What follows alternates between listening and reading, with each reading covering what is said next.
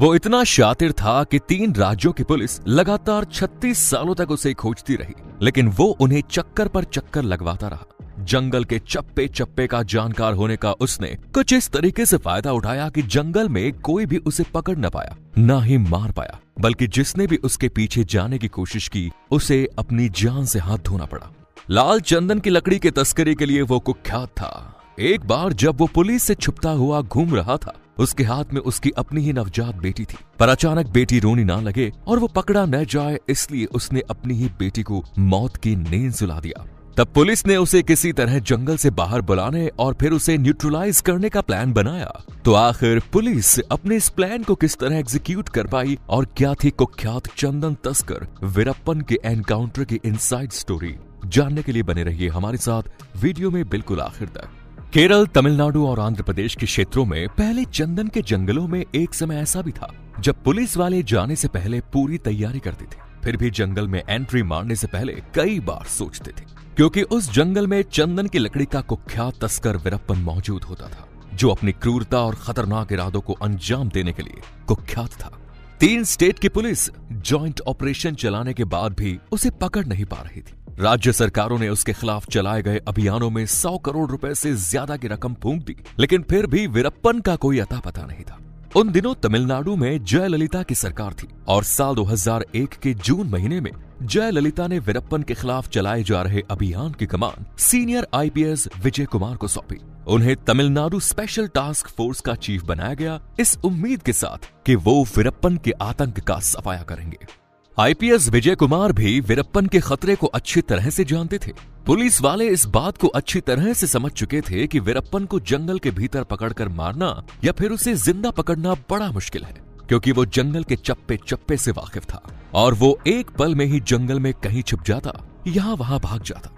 तब वीरप्पन को न्यूट्रलाइज करने का एक ही तरीका नजर आ रहा था कि किसी तरीके से उसे जंगल के बाहर बुलवाया जाए और फिर उसे खत्म किया जाए। लेकिन सवाल उठता था कि आखिर वीरप्पन बाहर क्यों आएगा और उसे बाहर किस तरह बुलाया जाएगा।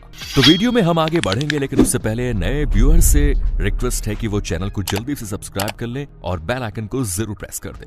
तमिलनाडु के धर्मपुरा का इलाका रोज की तरह अपने नए दिन की शुरुआत कर रहा था। चाय की एक दुकान पर बैठा एक व्यक्ति अपनी चाय खत्म कर चुका था और वो किसी का इंतजार कर रहा था। तभी थोड़ी देर बाद वहां पर एक दूसरा व्यक्ति आता है और उसे चाय के लिए पूछता है, पर वो मना कर देता है। इसके बाद दोनों आपस में बातें करने लगते हैं। ऐसा लगता है जैसे दोनों काफी परिचित हैं, पर बीच बाद में आने वाला व्यक्ति पहले वाले व्यक्ति को बताता है कि टारगेट बहुत जल्द ही अपने एरिया से बाहर आने वाला है। आने वाले अक्टूबर की 18 तारीख को वो जंगल से बाहर निकलेगा। उसके साथ 4-5 लोग और भी रहेंगे। इनके लिए एक बड़ी गाड़ी का इंतजाम करना पड़ेगा। जब दूसरा व्यक्ति बोलता है कि क्या इसके लिए एम्बुलेंस ठीक रहेगी, तो जवाब मिलता है, हाँ, एम्बुलेंस बिल्कुल ठीक रहेगी। ये बातचीत वीरप्पन के ही 2 लोग आपस में कर रहे थे, मगर इनमें से एक STF का इन्फॉर्मर था, मगर वो वीरप्पन के ग्रुप में काम कर रहा था।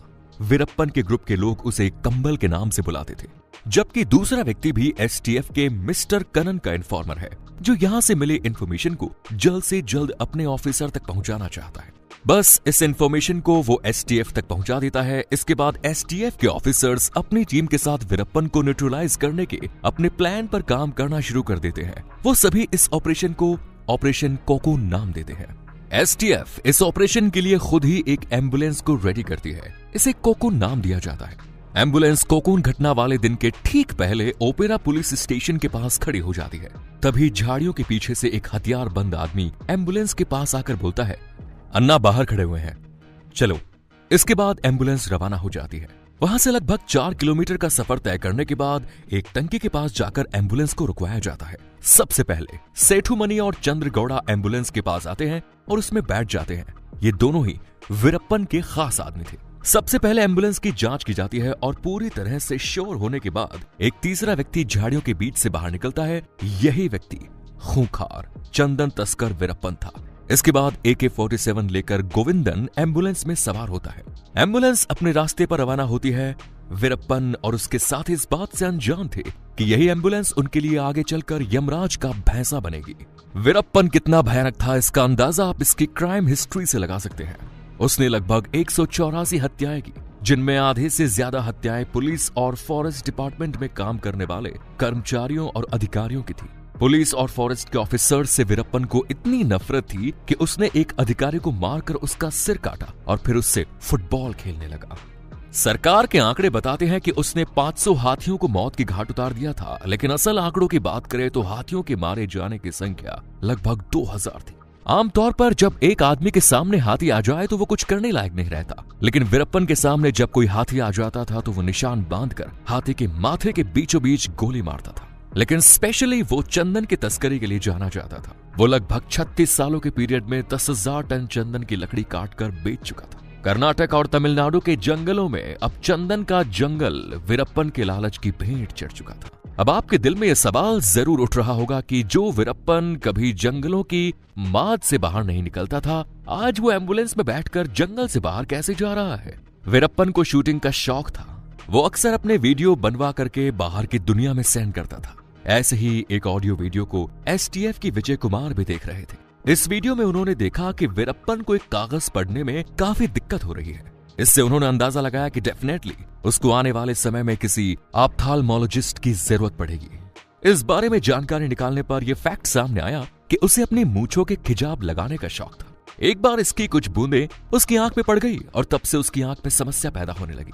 फाइनली वीरप्पन ने जब अपनी आंखों को आंख के डॉक्टर को दिखाने का फैसला किया तो इसकी इंफॉर्मेशन मिस्टर कानन के पास पहुंची और उनके साथ मिलकर एसटीएफ चीफ विजय कुमार ने वीरप्पन को न्यूट्रलाइज करने का प्लान बनाया। जिस सड़क से रात में वीरप्पन की एम्बुलेंस गुजरने वाली थी उस पर एक स्कूल भी पड़ता था और स्कूल के पास ही वीरप्पन को न्यूट्रलाइज करने के लिए पुलिस फोर्स ने अपना एक डेंजरस एम्बुश लगाया।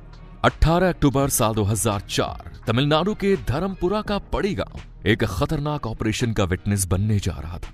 इस गांव के करीब में रोड पर जो स्कूल था, उस स्कूल से कुछ दूर पहले एक गन्ने से लगी हुई गाड़ी खड़ी थी।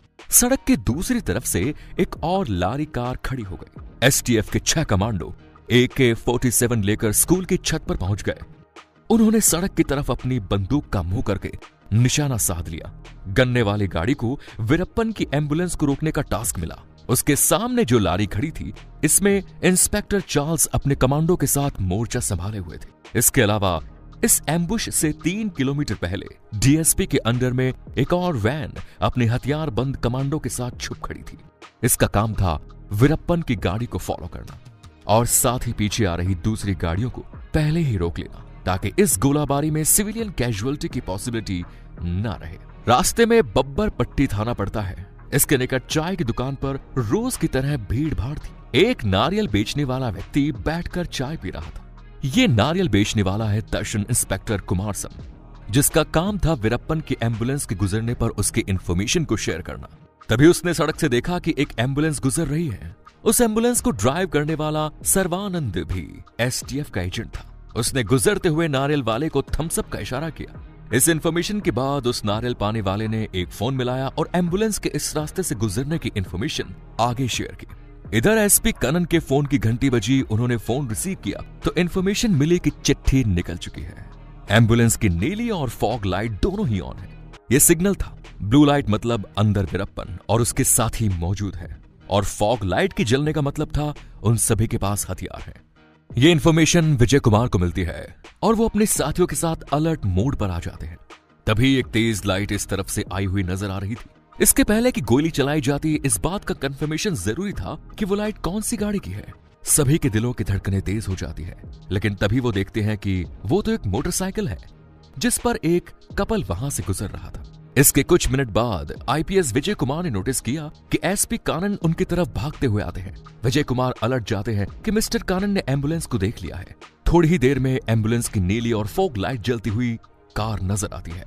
एम्बुलेंस स्कूल के नजदीक आती है तो गन्ने की लारी रोड को ब्लॉक कर देती है और सर्वानंद तेजी से ब्रेक मारता है।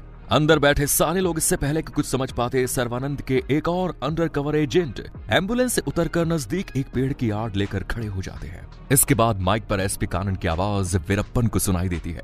वो वीरप्पन को सरेंडर की कॉल कर रहे थे। उन्होंने कहा कि तुम्हें चारों तरफ से घेर लिया गया है, वीरप्पन सरेंडर कर दो। मगर वीरप्पन इसका जवाब अपनी पिस्तौल से निकली हुई गोली से देता है, जिसके जवाब में विजय कुमार जवानों को फायर का कॉल देते हैं। चारों तरफ से AK-47 से निकली गोलियों का बस्ट एम्बुलेंस की तरफ जाता है। एसपी विजय कुमार भी अपनी AK-47 की गोलियां एम्बुलेंस की तरफ झोंक देते हैं। कुल मिलाकर 338 राउंड फायर किए गए। जब एम्बुलेंस का दरवाजा खुला तो अंदर 4 लोग परलोक सिधार चुके थे। वीरप्पन को 3 गोलियां लगी और गोविंदन 7 गोलियों से छलनी हो गया। रात 10:50 पर शुरू हुआ ककून एनकाउंटर आने वाले 20 मिनट तक चला। फाइनली 3.5 दशक से आतंक का पर्याय बना वीरप्पन अपने 3 साथियों के साथ मौत की नींद सो चुका था। इस एनकाउंटर के बाद वीरप्पन के लिए मुझे तो पुष्पा फिल्म का एक डायलॉग याद आ रहा है, पुष्पा मैं।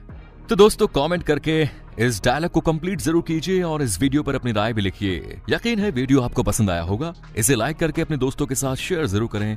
धन्यवाद।